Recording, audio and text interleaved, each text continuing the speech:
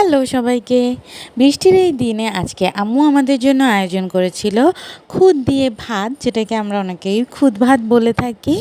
আর ছিল নানান রকমের ভর্তা, যেমন এটা যেটা দেখালাম এটা ছিল কলার ভর্তা, এটা ছিল কাঁঠালের বিচির ভর্তা, আর এটা ছিল হচ্ছে মিষ্টি কুমড়ার ভর্তা।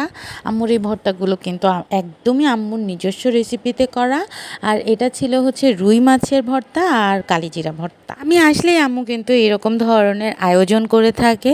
আর এরকম বৃষ্টির দিনে এরকম ভর্তা ভাত পেলে আর কি লাগে। খাবে ভর্তা দিয়ে। মজার ব্যাপার হচ্ছে আম্মু আজকে যখন ভর্তা বানাচ্ছিল তখন আমার বাচ্চারা ওখানেই গিয়ে টেস্ট করেছিল আম্মুর সাথে। তো এখন তারাও নানুর ভর্তা পেয়ে ভর্তা দিয়ে ভাত খাওয়ার জন্য একদম রেডি।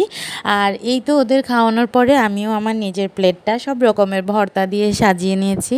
আমি সবগুলোই ট্রাই করব। প্রথমে কালো জিরা ভর্তা দিয়ে স্টার্ট করেছি। ভর্তা আর খুদ ভাত আমার অনেক বেশি পছন্দের। আগে আমার নানুও করতো, আর এখন আমি এই বাসায় আসলেই আম্মু যে কোনো একটা দিন রেখে দেয়, ওই দিন আম্মু শুধু ভর্তা আর খুদ ভাতটাই করে আমাদের জন্য। খাওয়া দাওয়ার পরে দেখলাম আনাসের শরীরটা একটু জ্বর জ্বর ভাব, সবাই ওর জন্য দোয়া করবেন।